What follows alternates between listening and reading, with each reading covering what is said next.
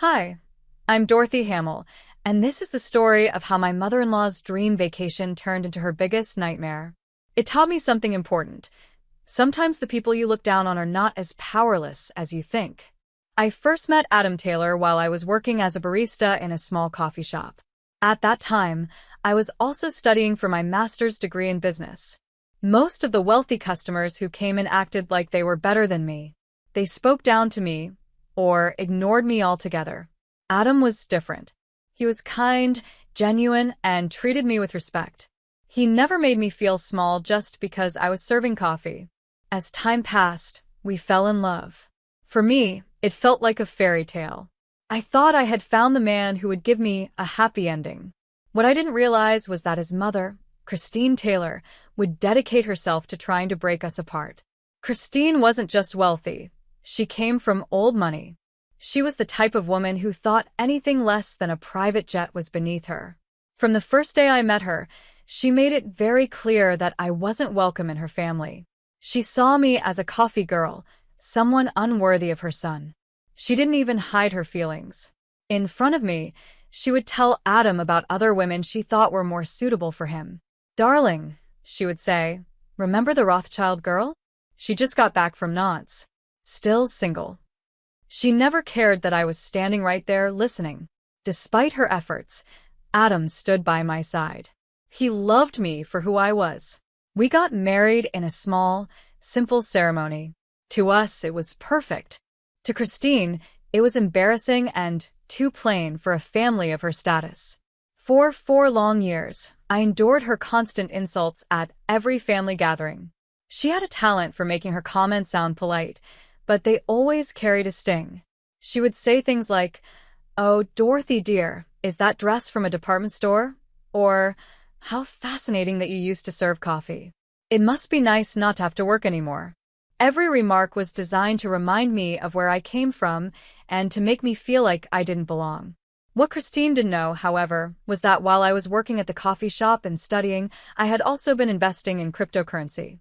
I started early, when most people didn't take it seriously. Over time, those small investments grew into a fortune. My wealth had reached a level that would make even the Taylor family look ordinary. But I kept this part of my life private. I chose to live simply, reinvest my money, and not flaunt it. Adam knew the truth about my finances, but he respected my decision to keep it quiet. The final breaking point came when Christine began planning the annual Taylor family vacation. Every year, she organized a grand and extravagant trip. It was her way of showing off her wealth and status to the rest of the extended family. This time, however, she had no idea that things were about to take a very different turn, one that would change the way she saw me forever. Christine always liked to show off her wealth and remind everyone that she controlled the Taylor family. This year's vacation planning dinner was no different.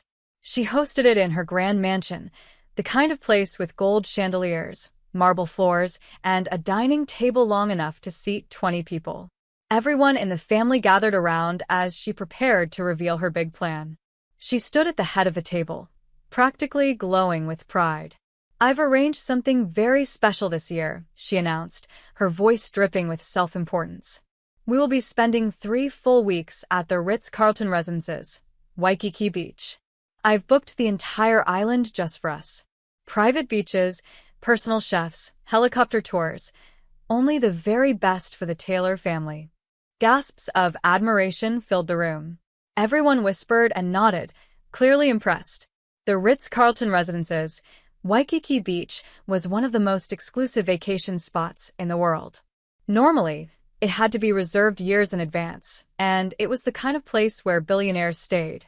It was located on a private island, a paradise where money truly spoke. Christine paused, letting the effect of her announcement sink in. Then her eyes landed on me. Her look was the same one she had given me countless times before, full of disdain, as though I was an intruder in her perfect family. I could already guess what she was going to say before the words even left her mouth. "Now, about the guest list," she continued smoothly. "Given the exclusive nature of this vacation, we must maintain certain standards." She tilted her head slightly and added in a falsely sweet tone, "Dorothy dear, I'm sure you understand that a trip of this level requires refinement. Perhaps it would be better if you sat this one out.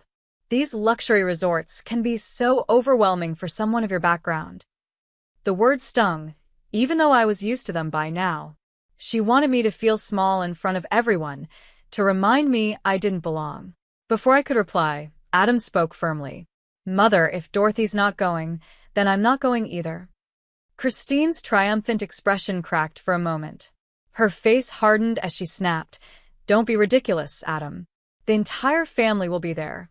Your cousins are flying in from Europe. You can't miss such an important event just because your wife isn't comfortable in luxury settings." As if on cue, Adam's sister Carolyn joined in, siding with her mother. "She's right, Adam. Dorothy would only feel out of place. Remember how embarrassed she looked at the yacht club last summer?" Carolyn smirked, as if she had made her point. I could feel Adam's anger rising, but I gently placed a hand on his arm. "It's okay," I whispered softly. "You should go with your family." I said it calmly, though my heart was pounding. Across the table, Christine's lips curled into a satisfied smile. She believed she had won. She thought she had finally pushed me out of the family circle. But what she didn't know was that I had been making my own plans, quietly. 7 months earlier, I had overheard her talking about how much she wanted to book Royal Pearl Island for the Taylor family. I didn't react at the time, but I made a few calls of my own. The truth was, the resort had been struggling financially due to the global economic downturn. Its owner was quietly looking for someone to buy it. Through a careful series of shell companies and private arrangements, I had already secured ownership of the Ritz-Carlton Residences, Waikiki Beach. So while Christine thought she was excluding me from her grand vacation, she was about to walk straight into a surprise that would turn her dream trip into her biggest nightmare. I hadn't just bought the Royal Pearl Resort, I had quietly purchased the entire island. From the very beginning, I had decided to keep the previous management in place because I knew one day this moment would come. And now, the time had finally arrived. The next morning, as the Taylor family boarded their private jet to the Hawaii, I made another phone call. My plan was ready to unfold. Christine had no idea that what she believed would be the most glamorous vacation of her life was about to turn into a lesson she would never forget. She had spent years judging me by where I came from, by the coffee shop apron I once wore. Now, she was about to see that appearances don't always tell the whole story.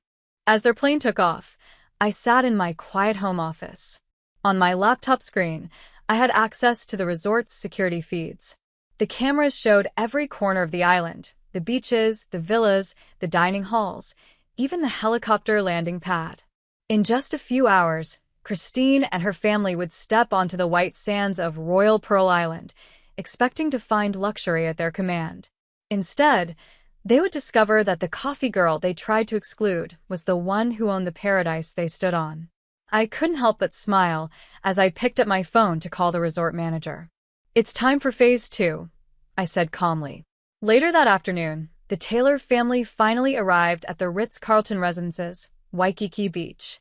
The sun was beginning to set, casting golden light across the ocean waves. The air smelled of salt and jasmine, and the sound of tropical birds echoed in the distance. Christine, dressed in a designer outfit complete with diamond-studded sunglasses, led the group down the pristine white sand pathway toward the luxury villas. She was already rehearsing in her mind how she would describe this exclusive experience to her society friends. She imagined the looks of envy when she posted photos of herself drinking champagne on her private island. "Welcome to Royal Pearl Island," the resort manager, Jerry, greeted them warmly. He gave Christine a polite but knowing smile. "We've been expecting you."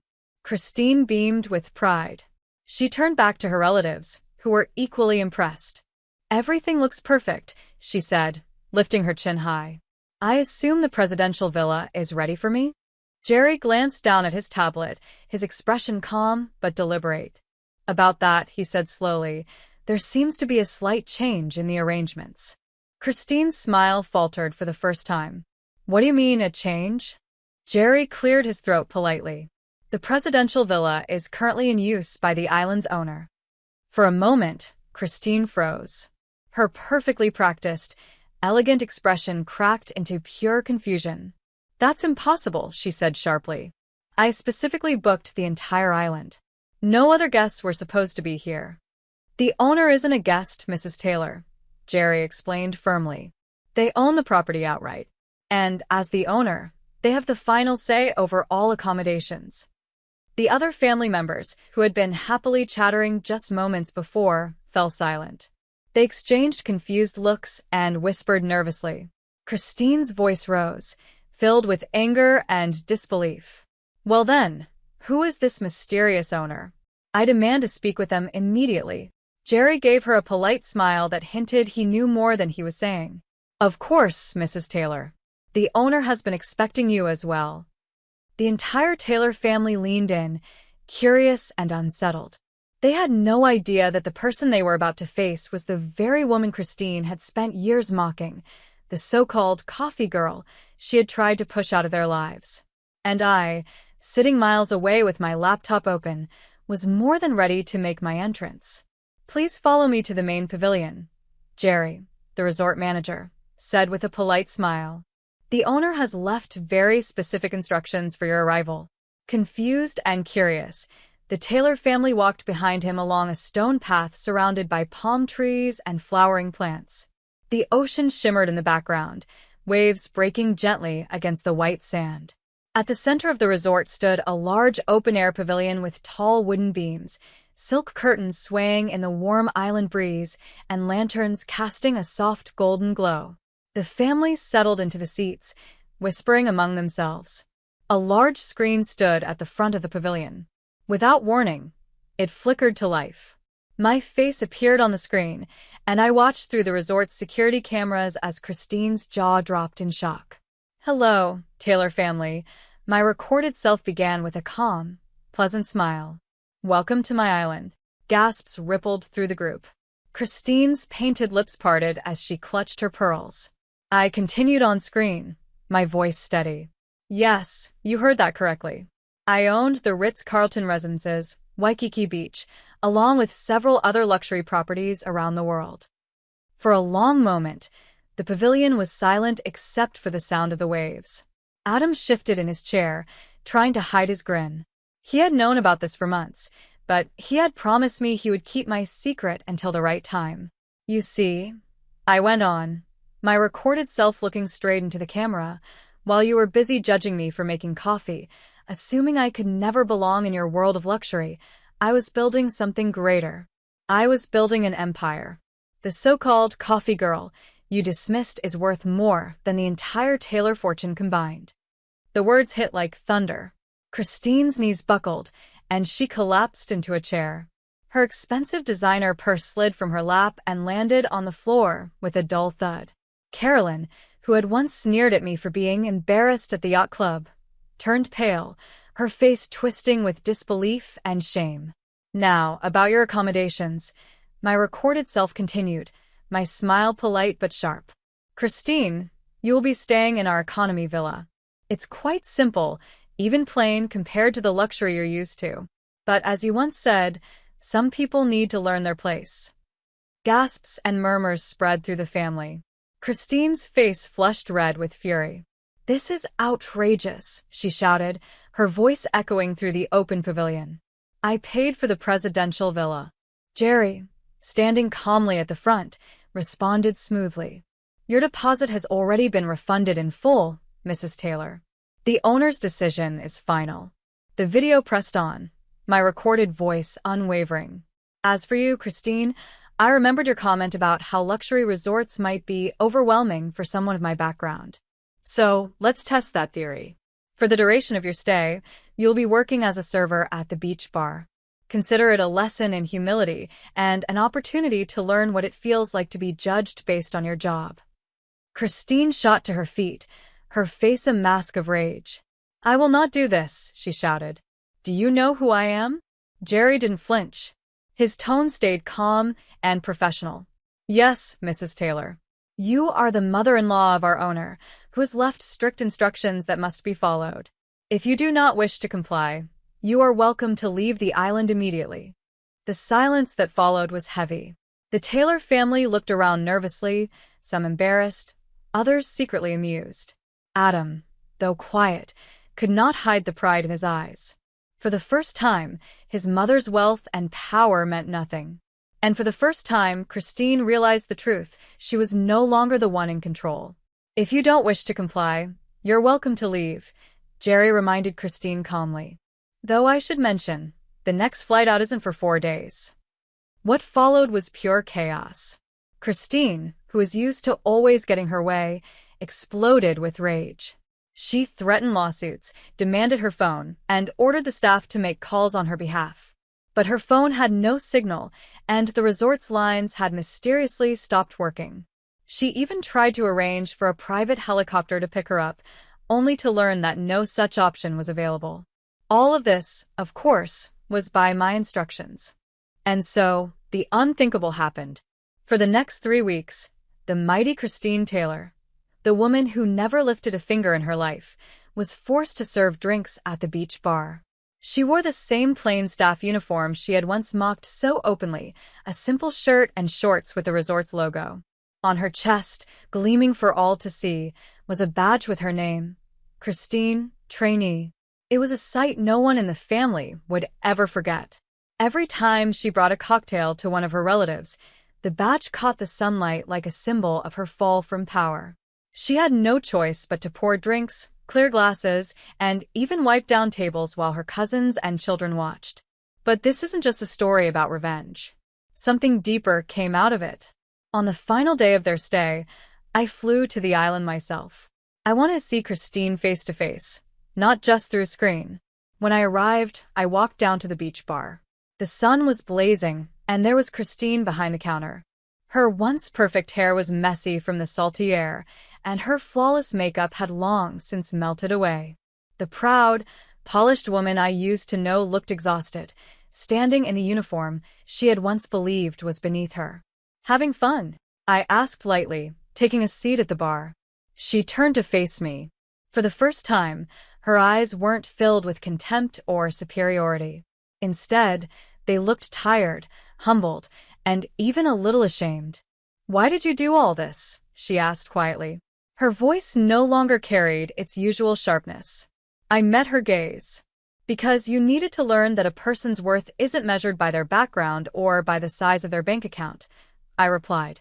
"Every single person who has ever served you a drink, cleaned your room, or cooked your meals is a human being. They deserve respect, no matter what job they do." Tears welled up in her eyes. Her lips trembled as she whispered, I never thought about it that way." "I know," I said softly. "That was the problem." From that day forward, something remarkable happened. Christine Taylor was no longer the same woman. The experience of walking in someone else's shoes, literally working in the role she once disdained, transformed her outlook on life. Back home, she began a foundation that provides educational scholarships for people working in the service industry. Waiters, housekeepers, hotel staff, bartenders. All of them could now have opportunities she had never imagined giving before. Family dinners changed, too. The same woman who once mocked me now took the time to ask servers about their families, their goals, and their dreams. She remembered their names, their stories, and treated them with the kindness she had once reserved only for her wealthy peers. Last Christmas, she even surprised us by insisting on serving the holiday dinner herself. She wore an apron, passed around plates of food, and told everyone that it helped her stay grounded. For the first time, we all saw her smile in a way that wasn't fake or superior, it was real. As for the Royal Pro Resort, it is still mine. But now it has a new program, one I personally designed. Guests with privilege and power can spend part of their stay working in service positions, just like Christine did. They sweep floors, serve drinks, clean rooms, and learn what it feels like to be on the other side. Christine even helps run the program now, sharing her own story as proof that change is possible. The woman who once tried to break me became the woman who now helps others rise. This story has become, for me, a cautionary tale about prejudice and pride. It shows how quickly we can judge others without knowing their true worth and how pride can blind us from seeing what really matters. As for Adam and me, our life together is simple and happy. We still enjoy our morning coffee at the same little shop where we first met. It feels grounding, like a reminder of where everything began. Sometimes, to my surprise, Christine even joins us. She sits comfortably at the table, chatting warmly with the baristas she once would have brushed aside without a second glance. Watching her laugh with them is proof of how far she has come. She has finally learned something I always believed, that true character isn't measured by how you treat those on your level, but by how you treat the people you once considered beneath you. Respect and kindness cost nothing, yet they mean everything. Last week, Christine brought me a gift that nearly brought me to tears. It was a handmade photo album filled with pictures from that unforgettable island vacation, the one that started as her victory and ended as her lesson. On the final page, she had written in neat, careful handwriting, "Thank you for teaching me that the best view of life comes from getting off your high horse." That album now sits on the shelf in my office at the resort. Whenever I see it, I'm reminded that real luxury isn't about private jets, expensive linens, or high price tags. The greatest luxury is learning to see the value in every human being. And Christine? She still works one shift a month at the beach bar. She says it keeps her humble, and I believe her.